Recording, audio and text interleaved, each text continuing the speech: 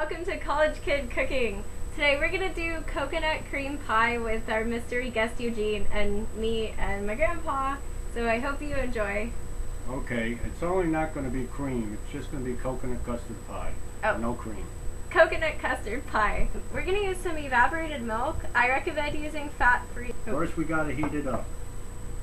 For coconut custard pie you have to heat it. Put a whole can in there. That's a whole can, an 8-ounce can of evaporated milk. Now when I say heat it up, you just need to warm it. Don't boil it, don't let it come to steaming. You just need to warm it, because the oven's going to warm it pretty good too. Also what we're going to need is we're going to need a cup of egg. I use the fat-free egg beaters. They work just as well, and they taste a whole lot better. So Eugene is going to pour a cup of egg into the bowl. Also we're going to need some coconut, which I'm going to get, and we're going to sweeten it, and then we're going to put some raisins in it. And it's all going to come together like you wouldn't believe. Am I good? You got enough there? Yeah, I thought it was out. Frozen coconut. It's unsweetened. We're going to change that. We're going to sweeten it up with Splendor. Alright, we're just going to break it up. It's still a little bit frozen. That's not going to hurt anything because we're not quite ready for it yet anyway. This is the Splendor.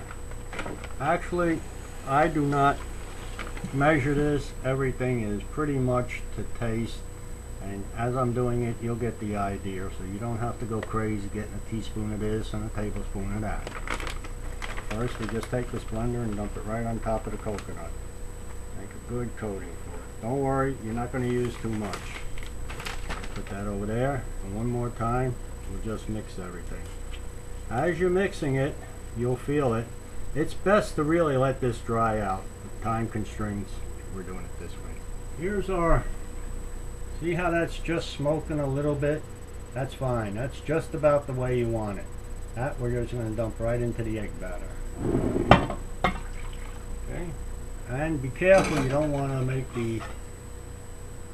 the milk too hot, because if you do, you get scrambled eggs. We're just going to mix that up.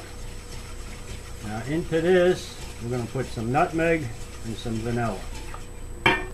I use this vanilla. It's one of the best that can be brought in any Mexican or Spanish delicatessen, not delicatessen, supermarket. Where you're not going to find it is you're not going to find it like in Kroger's or Tom Thumb. The reason I use it is it's a better brand of vanilla and it's a lot cheaper. And here again, we don't want to go crazy, but use your taste. It's just a couple of shots. That should do it. We don't know yet though. And Rebecca, would you get the Splendor and dump the Splendor in here? Yep. Dump it in. Keep dumping it. Dump it, dump it, dump it, dump it, dump it, dump it. Alright, cool. Now, I know there are a lot of you young people out there who are going to say, oh, what he did, how unsanitary. Trust me, in the finest restaurants in the world, this is what they do. They take your very clean finger. Now that's almost perfect. Tastes good to me.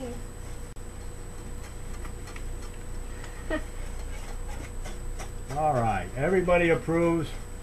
This gets put on the side. Neat though. My daughter, who is a wonderful cook, she makes a pie crust you wouldn't believe. Me, I can't make one. I just can't. So what I do is I buy it. I also buy it for another reason. It comes pre-made, it's graham cracker crust, and fat-free! What we're going to do here, we're going to start building. I'm going to ask one of my assistants to do this, whichever one wants. I want them to take a little bit of coconut and just lay it around the bottom. Gene, very good. I did say we were going to use some nutmeg. I know I have some. Please people, use fresh ground nutmeg. It costs a little bit more, but you're going to be so much more happy with it. Now we need to put some raisins in it. So what we do is we just pour it in nice and slowly. Okay? There we go. This is going to be just fine.